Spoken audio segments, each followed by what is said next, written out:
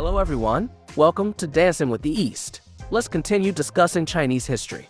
Starting today, I'll talk about my favorite period in the early Eastern Zhou dynasty, the everlasting spring and autumn era. It was a time of remarkable heroes and flourishing thoughts, where the 100 schools of thought competed freely in true freedom of speech. Simultaneously, the spring and autumn period represents the pinnacle of Chinese intellectual history, unparalleled by any other era. Based on the chronological development of the spring and autumn period, I will divide my discussion into 3 parts. In the previous segment, we talked about the killing of King Yu of Zhou and the subsequent forced relocation of King Ping to Luoyang. Due to the ancient nature of these events, according to the speculation of the Republic of China scholar Liu Simeon, most records of the 3 dynasties and the records of the Grand Historian were likely written by Sima Tan, the father of Sima Qian. Sima Qian then refined the records, including the section about the relocation to Luoyang. The dramatic story is interesting, but the pursuit of truth is always the most worthwhile. In the early Eastern Zhou rule, the Zhou royal family and various vassal states typically referred to themselves as the upper states of the Central Plain. Foreign tribes outside the Central Plain were labeled with somewhat derogatory terms based on their direction: Eastern barbarians, Southern barbarians, Western savages, and Northern D tribes. This mentality of superiority among the Central Plain ethnicities and an inherent sense of exclusion had profound implications for future behaviors. However, the integration of various Chinese ethnic groups was destined to be an ongoing genetic amalgamation, a journey marked by laughter, tears, pain, and joy unfolding over more than 2 millennia. Thanks to the continuous improvement of historical records and physical evidence, the early Eastern Zhou period is comparatively clearer than the preceding 3 dynasties of Xia, Shang, and early Zhou. The term spring and autumn corresponds mainly to the timing and aligns with the historical book Spring and Autumn written by Confucius for the state of Lu. This period covers the major historical events from around 770 BCE to 406 BCE, involving the partition of Jin into Han, Zhao, and Wei. Hence, the early Eastern Zhou is also referred to as the spring and autumn period. From the map, it's evident that the actual controlled territory of the royal family was already quite small. The vassal states established by the Zhou dynasty's founding brothers have now grown much larger in terms of land area and population resources, due to inherent deficiencies in the feudal system. As mentioned earlier with the killing of King Yu and the subsequent relocation of the Zhou capital to Luoyang, the influence of the royal family had diminished significantly. The stories of the spring and autumn period mainly record the political changes in these vassal states, their major wars, and the most splendid cultural flourishing in Chinese history.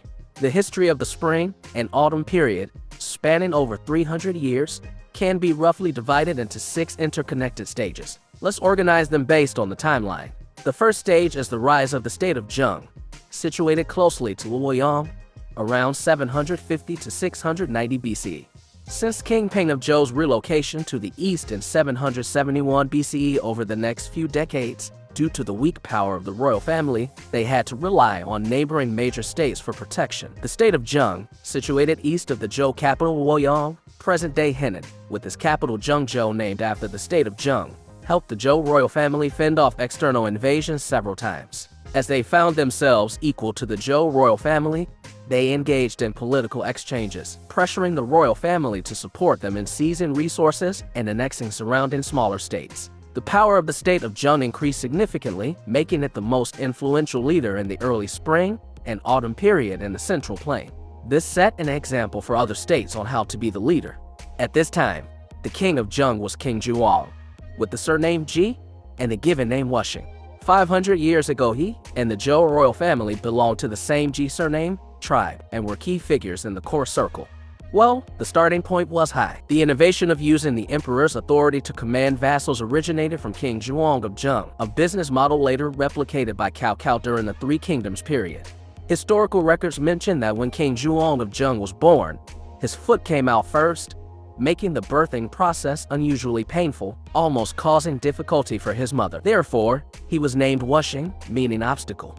Wuxing was neglected by his mother from a young age, who favored his younger brother, Gong Ziduan, with better looks and emotional intelligence. When they reached adulthood, their mother hoped even more that the younger brother would inherit the throne. King Zhuang of Zheng's father was a wise man and chose to pass on the throne to Ji Wuxing. Gong Ziduan never accepted this and constantly provoked conflicts. King Zhuang understood the situation, initially keeping a low profile, feigning ignorance, deliberately tolerating and numbing his opponent. After several years, King Zhuang devised a plan to turn his younger brother Gong Ziduan against their mother, drove her away, and vowed not to meet her until reaching the Yellow Springs, the afterlife. A year later, feeling he had gone too far, King Zhuang found a way to reconcile, dug an underground passage, and upon reaching an underground water source, arranged to meet his mother to settle the differences. This is the story of digging into the earth to meet one's mother. Kings Huang's skill in calculations is evident, dealing with the declining Zhou royal family and weaker neighboring states with less courtesy. From 721 BCE to 712 BCE, over a period of 9 years, he found various excuses to attack states such as Weishan, Song, Chen, and diocesan cities and resources, expanding territory significantly, elevating his status as an unspoken leader, making sure those who didn't obey ended up battered and bruised. Due to historical records of several military campaigns led by Duke Zhuang of Zheng, we now have some credible information about warfare in Chinese history. Let's delve into the primary methods of warfare during this period, mostly inherited from ancient times. Details of wars from the Xia and Shang dynasties are unverifiable, but in the spring and autumn period, the prevalent methods involved chariots and infantry. As depicted in the image, chariots were large weapons, measuring approximately 3 meters in length and width. Each chariot typically had 2 or 4 war horses and 3 soldiers as a standard configuration.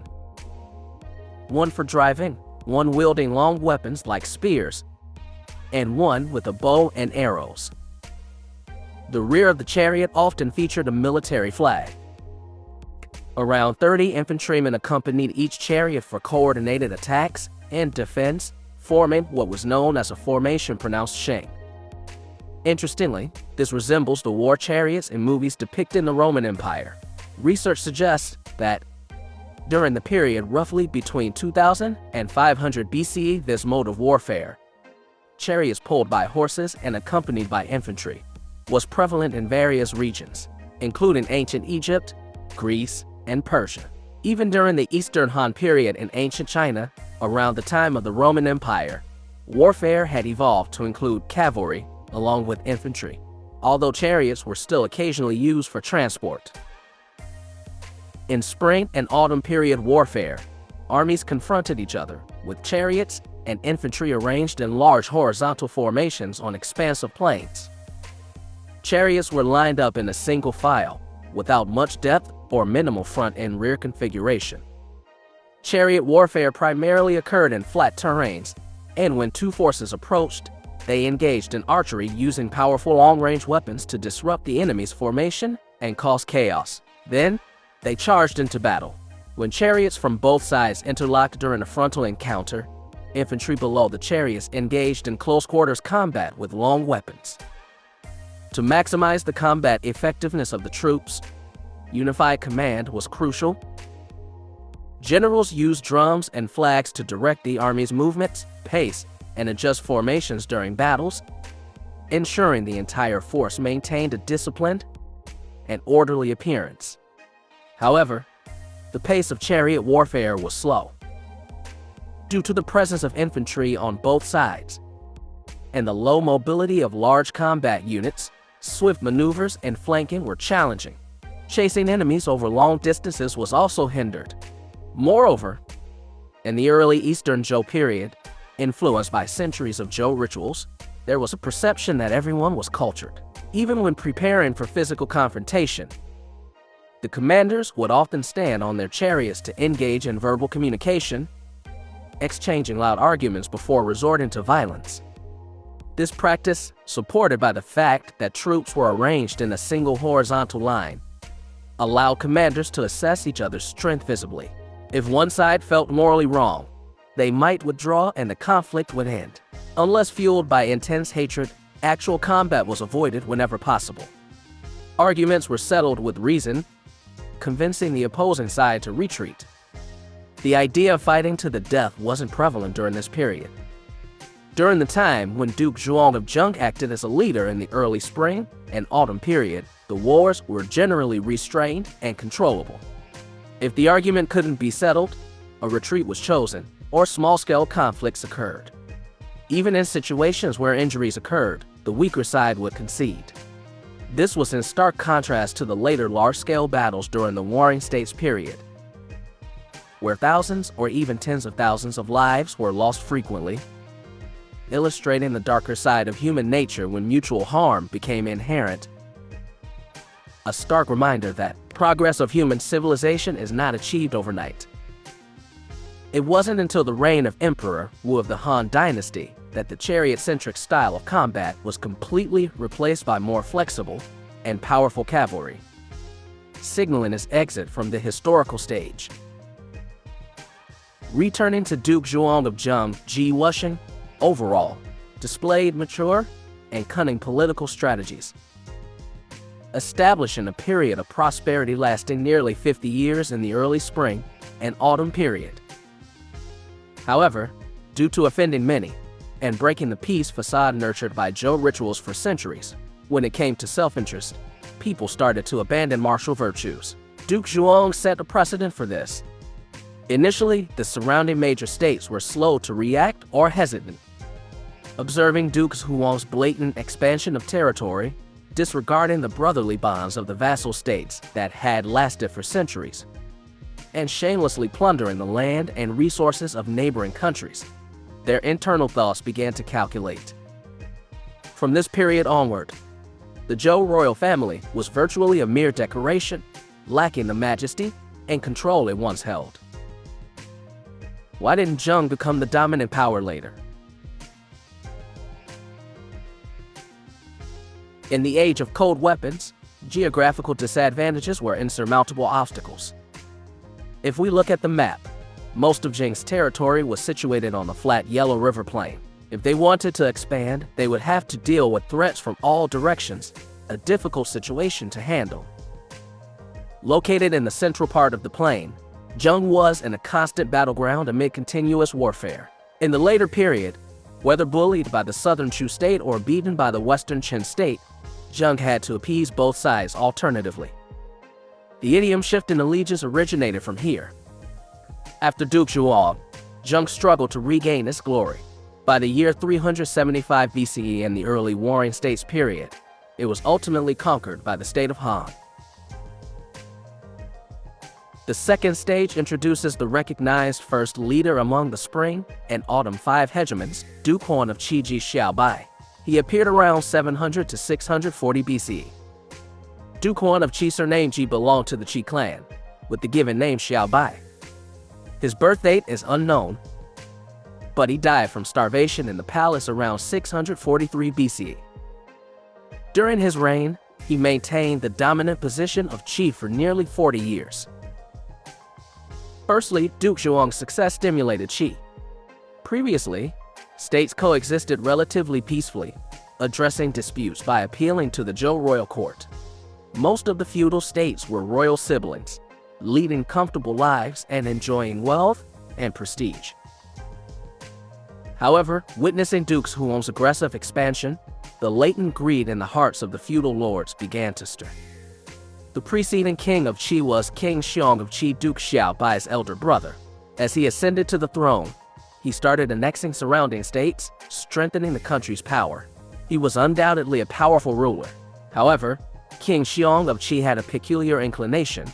He engaged in incestuous relationships with his own sister. Since she was already married, he orchestrated the murder of his sister's husband, Duke Huan of Lu, to maintain his sister in Qi. This ruthless act, coupled with eliminating the assassin to erase any evidence, demonstrated a lack of moral boundaries. Sima Qian, the historian, harshly criticized this episode in the records of the Grand Historian. Initially, it seemed unbelievable to me until I came across a conversation between Duke Huan of Qi and his advisor Guanzhong. Duke Huan mentioned unclear relations with unmarried sisters, questioning whether this was a great evil that couldn't be forgiven and if it would affect governance. It made me realize that these were indeed hereditary family traits. The openness of sexual norms during the spring and autumn period was eye-opening for me. According to historical records like the Zuozhuan, most states frequently engaged in various social gatherings, often leading to deadly conflicts over women. While not necessarily involving incestuous relations, the period's liberal views on relationships would undoubtedly challenge the sensibilities of many modern individuals. As a consequence of King Xiong's capricious and unrestrained behavior, traditional retribution caught up with him. He was assassinated by his subordinates during a hunting expedition. Duke Huan seized the throne, rushing back to Qi ahead of his other brother, Duke Ju, who was intent on securing the throne. This marked the beginning of Duke Huan's rule. Once crowned, Duke Huan compelled the state of Lu to kill his potentially threatening brother Duke Ju. However, Duke Huan's greatest strength lay in his magnanimity, talent recognition, and the ability to trust those he employed. These became fundamental skills for any successful ruler in later eras. Duke Huan started by promoting Guanzhong, who had previously served his brother. He appointed Guanzhong as his prime minister, addressing him as uncle just like addressing his father. She implemented a series of bold reforms, and this is where we need to mention Guanzhong, Ji Guanshai with the style name Yiwu. He is idolized by later generations, even by his huge Liang, the prime minister of the Shu kingdom during the Three Kingdoms period. We'll delve into what he did that garnered such admiration in the next part. Alright, friends, this is it for today. Thank you for your support, and we'll meet again next time.